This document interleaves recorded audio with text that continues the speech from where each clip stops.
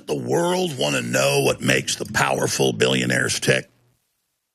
Don't you want to know about who runs the global government and what their plans are for you and your family? What's their cosmology? What's their worldview? What makes them tick? And if you know the answer to that, well, you know the answer to everything. Searing social critic Mr. Huxley 27 years ago wrote Brave New World, a novel that predicted that someday the entire world would live under a frightful dictatorship. Today, Mr. Huxley says that his fictional world of horror is probably just around the corner for all of us. Are the enemies of freedom here in the United States? Well, I don't think you can say who in the United States. I don't think there are any sinister persons deliberately trying to rob people of their freedom. But I do think, first of all, that there are a number of impersonal forces which are pushing in the direction of less and less freedom.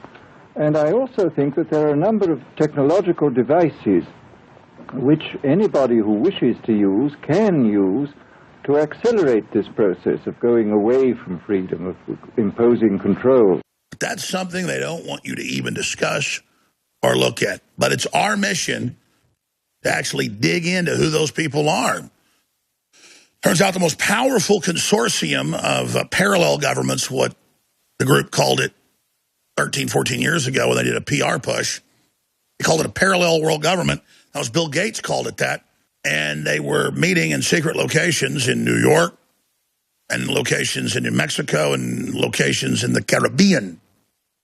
And they were training larger groups outside of the central cult from there. And of course, you know that cult and its maitre d', its master of ceremonies, its hotel manager as Jeffrey Epstein. And of course, then his girlfriend, whose father had formerly run that job for British intelligence and Israeli intelligence as well. And that's all come out in the news now. You know, I told you about it more than a decade ago, but Epstein was only one player in the larger house of cards that is coming down. And now we see Prince Andrew, the Duke of York, caught up in the spider web. Going to Pizza Express in Woking is an unusual thing for me to do. I have a peculiar medical condition, which is that I don't sweat, or I didn't sweat at the time. What do I really want to do here on air is I want to tell you about what's coming again in 10, 15, 20 years.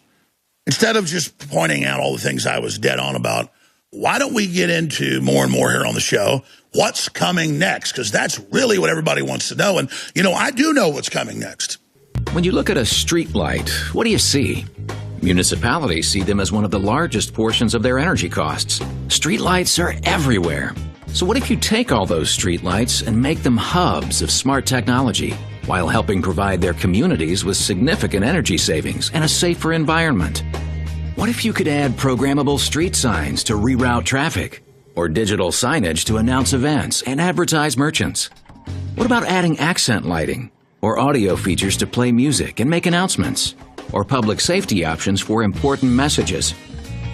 All of these things are possible. The Smart City Ecosystem Framework, a model for planning smart cities. Google tells us all about it. And then it ties to this. Fears of 5G weapon system in UK after conspiracy theorist takes apart a light and shows people secret 5G, but still, he's the bad person. It's nothing more than a weapon. Now, I know it's masquerading as a light, but it's a weapon. Then I thought I'd show you the first known article exposing the 5G by name. 9 years ago, new streetlights do have Homeland Security applications. Infowars.com, Paul Joseph Watson. And I and Paul wrote that article back there 9 years ago. And now smart streetlights to track everything we do all the time. That's 6 years ago. And now a few years later, the sci-fi future of lamppost. Remember when Drudge linked to Paul's article 9 years ago? The media came out and said it wasn't true. We had made it up. Just like I made it up that Jeffrey Epstein was working for international intelligence agencies, blackmailing thousands of government and scientific chiefs. Now it's easier than ever to have band.video on your iPhone. Simply go to band.video with your Safari browser. Then you click the share button at the bottom of the screen. When the menu comes up, you simply click Add to Home Screen. It will then ask you to name the app. I suggest band.video. You will now have band.video app on your home screen, despite the fact that Tim Cook tried to stop it. The globalists think you're lazy, but by taking a little bit of action, you can override them, have the app, and then tell others about it so they can get the app. So it's up to you whether you want to defy big tech and click the share buttons below on your email, on Facebook, on Twitter, on YouTube, however you want. Be sure and share band.video.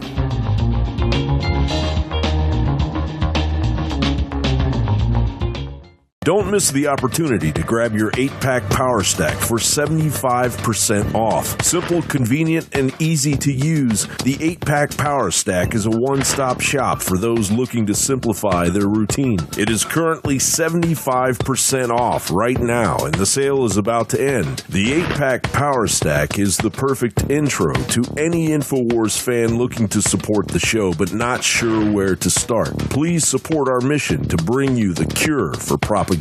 Please continue to visit us at InfoWarsShop.com, Infowars.com, and Band.video. And thank you to all who continue to support us.